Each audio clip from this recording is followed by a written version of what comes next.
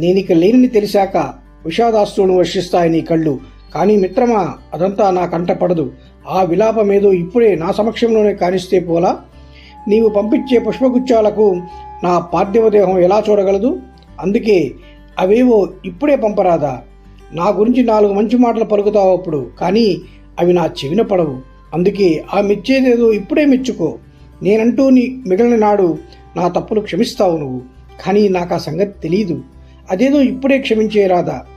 నన్ను కోల్పోయిన లోటు నీకు కష్టంగా తోస్తుంది, కానీ అది నాకెలా తెలుస్తుంది? అందుకని ఇప్పుడే కలిసి కూర్చుందాం కాసేపైనా. నాతో మరింత సమయం గడిపి ఉండాల్సిందని నీకు అనిపిస్తుంది. అదేదో ఇప్పుడే గడపచ్చుగా మనసారా.